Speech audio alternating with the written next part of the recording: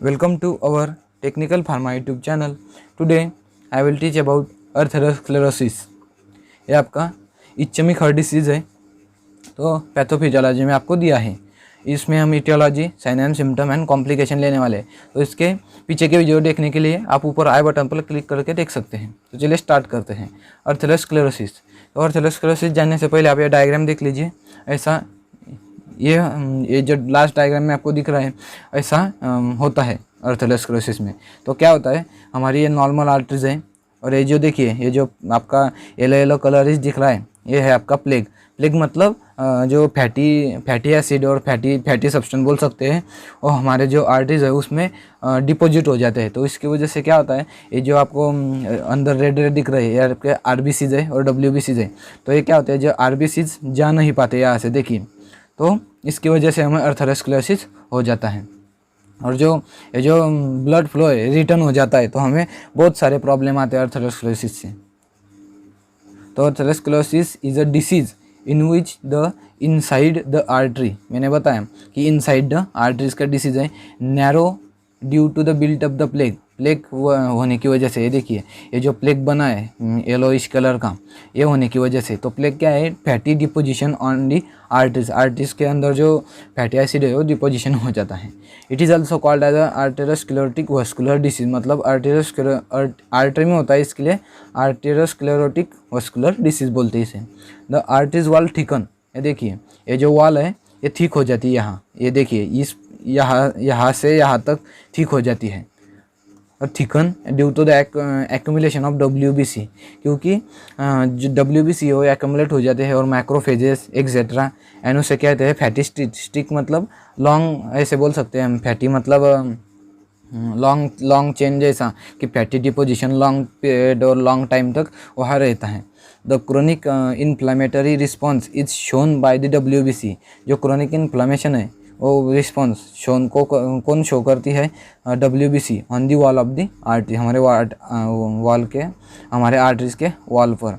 And it is a chronic disease in which remain asymptomatic, ये जो chronic disease है remain asymptomatic मतलब showing no symptom, ये symptom नहीं दिखाती पर ये रिमेन रहती है, हमारा मतलब क्रोनिक डिसीज है, लॉन्ग टाइम तक रहता है, फॉर द डेकेड्स। डेकेड मतलब 10 ईयर, मतलब हम जो 10 ईयर बोलते हैं उसे दशक बोलते हैं हम उसे, 10 year period of the 10 year. These are the अर्थेरोस्क्लेरोसिस।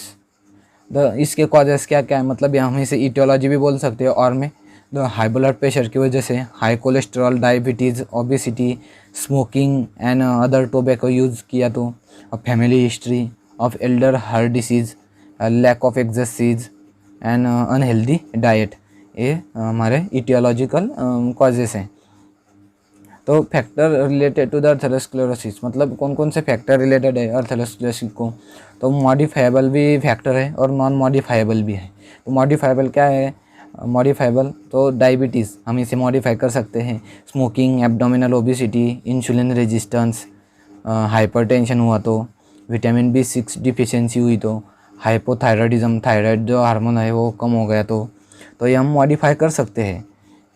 Non modifiable मतलब एडवांस एज, आपकी एज बहुत हो चुकी है, मतलब आप 70-80 के एज के ऊपर है, तो मेल सेक्स, फैमिली हिस्ट्री, आपकी फैमिली हिस्ट्री, तो आप उसमें कुछ चेंजेस नहीं कर सकते, क्योंकि आपके जो क्रोमोसोम और जेनेटिक है वो आपको रहेंगे ही। तो लास्ट है जेनेटिक एबनॉर्मेलिटीज़, तो आपके जेनेटिक एबनॉर्मेलिटीज़ है तो ये इसके अर्थेरोस्क्लेरोसिस के फैक्टर हैं। तो साइन एंड सिम्टम क्या है इसके, इट इज़ असिम्टोमेटिक, मैंने बताया असिम्टोमेटिक मतलब नो साइन एंड सिम्टम। तो असिम्टोमेटिक फॉर द डेकेड मतलब हम उसे 10 ईयर बोल सकते हैं डेकेड को। As the arteries enlarge at the location of the plaque, हमारा जो प्लेग बना है उस लोकेशन पर आर्टरी एनलार्ज हो जाती है, and causing no severe effect on the blood flow, उस पर कुछ इफेक्ट नहीं दिखाती। And sign and symptom only occurs after severe narrowing, जब आर्टरीज में सीवियर नैरोइंग हो जाती है और क्लोजर द आर्टरी, हमारी आर्टरीज है क्लोजर्स हो जाती हैं। And symptomatic atherosclerosis is a type of associated with the ये जो सिम्टमेटिक अर्थरोस्क्लेरोसिस है, ये जो it is a typically associated with main in their 40 age. जब मेन की एज 40 हो जाती है तब, एंड मन में 50 to 60 एज हो जाती है तब उसमें ये दिखाई देने लगता है सिम्टमेटिक अर्थरोस्क्लेरोसिस।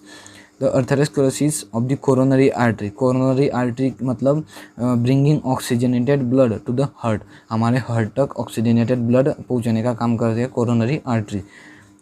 उसमें भी साइन एंड सिम्टम है कि chest pain, symptom like chest pain of angina and shortness of breath हो जाती है, स्वेटिंग, नाउसिया, डिजीनेस और लाइट हेडनेस, ब्रीथलेस और पाल्पिटेशन।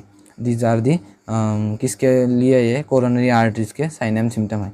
और अरिथमिया आल्सो सीन, इसकी वजह से अरिथमिया भी हमें दिख सकते हैं।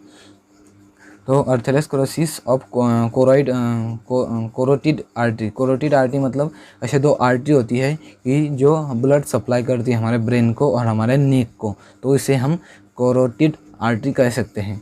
तो उसमें भी अर्थरोस्क्लेरोसिस हो जाता है। तो उसके सिम्टम क्या है? Feeling weakness, not being able to think straight, मतलब हम स्ट्रेट रह नहीं सकते हैं। Difficulty of speaking, becoming dizzy, difficulty in walking and standing up straight. मैंने बताया कि आप स्टैंड अप नहीं हो सकते हैं। ब्लर विजन, आपको कुछ ऐसा आप देखेंगे तो आपको ब्लर जैसा दिखने लगेगा। और नमनेस ऑफ द फेस, मतलब आपके फेस पर ऐसा आपको सेंसेशन होने लगता है अलग तरीके से। हमें कुछ पिन और ऐसे कोई लगा रहा है हमारे स्किन पर, आर्म, लेग्स पे, severe headache and losing consciousness, मतलब हमारे जो कॉन्शियसनेस है, शुद्धि बोलते हैं हम उसे, वो लॉसिंग हो जाती है, अनकॉन्शियसनेस की तरफ हम चलने लगते हैं। तो ये साइन एंड सिम्टम है। तो इसका कॉम्प्लिकेशन क्या है? अर्थरोस्क्लेरोसिस लीड्स टू हार्ट अटैक। इसकी वजह से क्या आता है?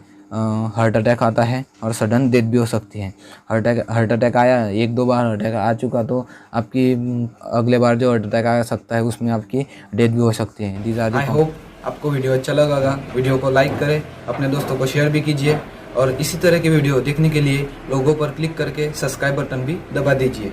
और उसके बाजू में आपको ऊपर प्लेलिस्ट दिख रही है और उसके नीचे आपको प्रीवियस वीडियो